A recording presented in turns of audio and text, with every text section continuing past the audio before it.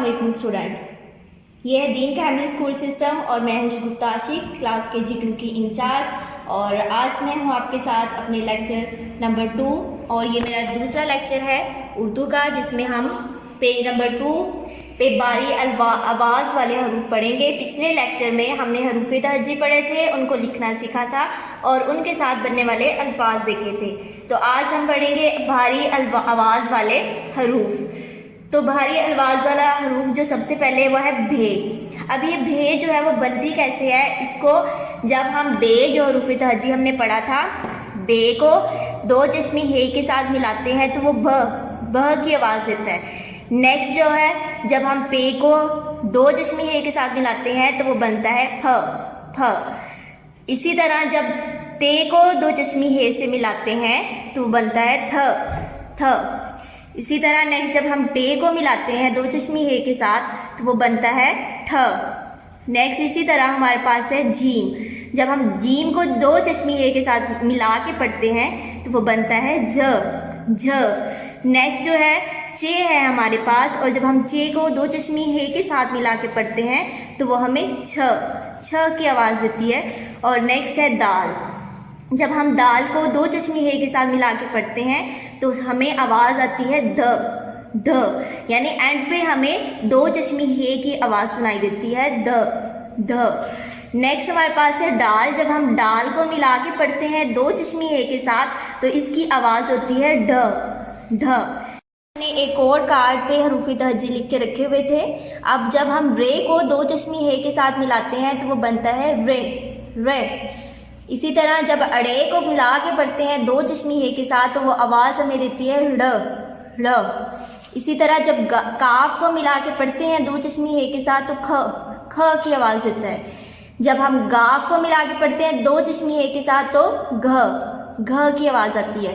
इसी तरह जब हम लाम को दो चश्मी हे के साथ मिला के पढ़ते हैं तो लह की आवाज़ आती है। जब मीम को मिला के पढ़ेंगे तो म। जब नून को मिला के पढ़ेंगे तो न। अब हम यही चीज़ जो है वो अपनी बुक पे देखते हैं। मैंने अलग अलग से बे और हे दोनों को मिला के आपको बताया कि ये किस तरह हमें बह की आवाज़ देता है।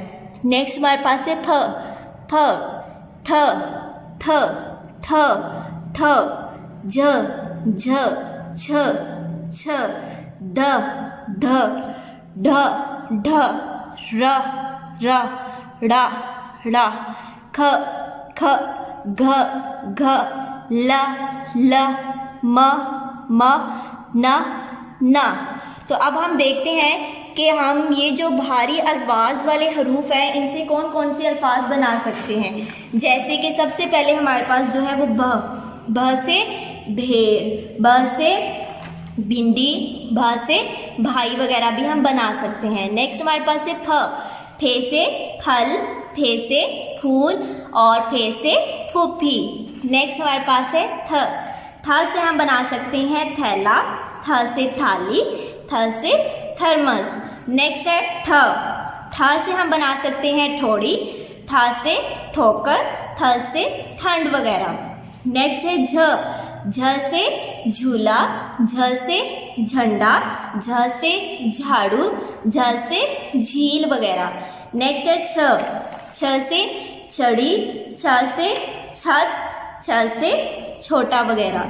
द से धागा, ध से धनिया, ध से धूप। नेक्स्ट है ढ से ढोल, ढ से ढक्कन, ढ से ढेर। नेक्स्ट है र। तो र से हम बना सकते हैं सरहाना। सरहाने में जो सबसे पहले है वो सीन आती है, लेकिन उसके बाद हम रे और दो चश्मी हे को मिलाते हैं दरमियान में और उसके बाद अलीफ और नून आता है, तो इस तरह मिलके बनता है सरहाना। इसी तरह नेक्स्ट हमारे पास रे है। रे से रेड़ी, साड़ी, गारा वगैरह। नेक्स्ट है ख से खम्बा, खीर, खाना, खांसी। घ से घास, घड़ा, घोड़ा, घर वगैरह। ल से दूल्हा, चूल्हा वगैरह। नेक्स्ट है न से नन्ना, नन्ही। आई होप कि आपको समझ आई होगी कि आज हमने बारी आवाज़ वाले हरूफ पढ़े।